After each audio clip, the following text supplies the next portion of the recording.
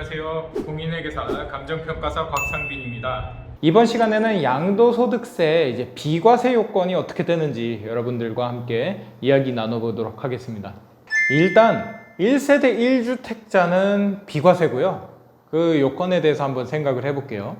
우선 원칙적으로 거주자는 누구일까요? 거주자는 이제 국내에 183일, 그러니까 365일에 딱 절반이 182일 정도 되잖아요. 183일 이상의 주소를 둔 자, 얘가 거주자고요. 거주자가 이제 1세대 1주택 상태에서 2년 동안 보유 요건을 갖추면 양도세가 비과세됩니다. 양도세가 없죠. 여기서 이제 1세대가 부부와 생계를 같이 하는 가족을 말합니다. 그리고 이 가족은 거주자와 그 배우자의 직계 존비속, 배우자 포함해 가지고요. 그리고 형제자매를 말합니다. 또한 이 취약, 질병의 요양, 그리고 근무상, 사업상 본래 주소를 일시 퇴거한 사람도 1세대에 다 포함이 되고요. 한편 이 자녀가 학업 때문에 떨어져 살거나 자녀가 30세 미만이면 부모와 생계를 같이 한 것으로 봐가지고 이 부모와 같은 세대로 처리를 해줍니다. 그런데 이제 30세가 안 된 사람이라도 이 최저생계비 이상의 소득이 있거나 아니면은 배우자가 사망했거나 아니 이혼한 경우에는 별도의 세대 구성을 인정해주고 있습니다. 이 주택이 이제 상시 주거용으로 사용되는 건물을 말하고 있고요. 1주택에서 주택이 뭐냐? 상시 주거용이죠. 그리고 보유기간은 보통 잔금청산일 기준으로 2년 여부를 따지고 있습니다. 그래서 잔금청산일 기준으로 2년 동안을 보유해야 된다. 한편 거주 요건은 오래전에 폐지가 됐어요. 그런데 일부 지역에 한해서는 아직도 거주 요건이 도입이 됐습니다. 다만 이 비과세 요건을 갖춰도 두 지역 모두 실거래가가 9억을 초과하면 비싼 주택이죠? 그 초과분에 대해서는 양도세가 부과가 됩니다. 요거를 좀 체크를 해 주셔야 되고요. 그리고 1세대 2주택자 비과세에 대해서 알아보도록 하겠습니다. 2주택자도 비과세 되는 경우가 있습니다.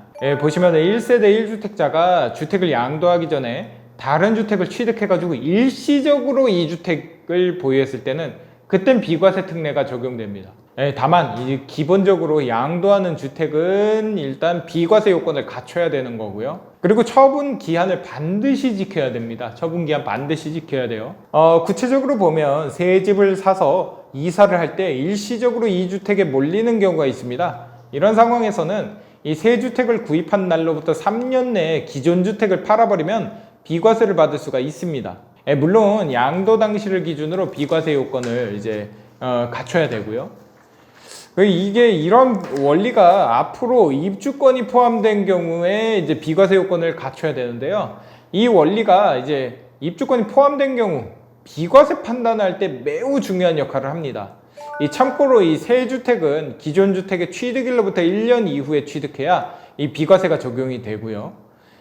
따라서 그 두 주택을 1년 내에 동시에 취득할 때는 이 시차가 없이 그냥 동시 취득이면 이 비과세 규정을 적용받지 않습니다.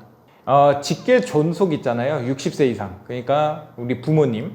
이 부모님을 봉양하기 위해서 합가를 하거나 아니면 결혼으로 2주택이 됐을 때도 합가일로부터 5년 이내에 먼저 양도한 주택은 양도세 비과세를 받을 수 있습니다. 이게 당연한 거죠. 물론 이 경우에도 양도일 현재 비과세 요건을 갖춰야 비과세를 받을 수 있고요. 그 밖에도 이제 농어촌 주택, 상속주택이 일반 주택과 섞여가지고 2주택이 된 상황에서 일반 주택, 그러니까 상속받은 주택 말고 원래 갖고 있던 주택을 먼저 양도하는 경우에는 비과세를 적용해 주고요.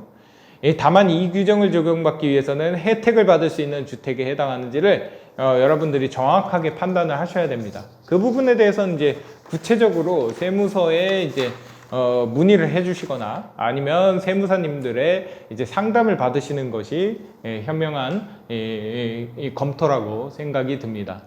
여러분들 이 양도소득세 비과세에 대해서 오늘 살펴봤는데요. 다음 시간부터는 좀 더 구체적인 내용에 대해서 이야기해 보도록 하겠습니다. 오늘은 여기까지 마치겠습니다. 감사합니다.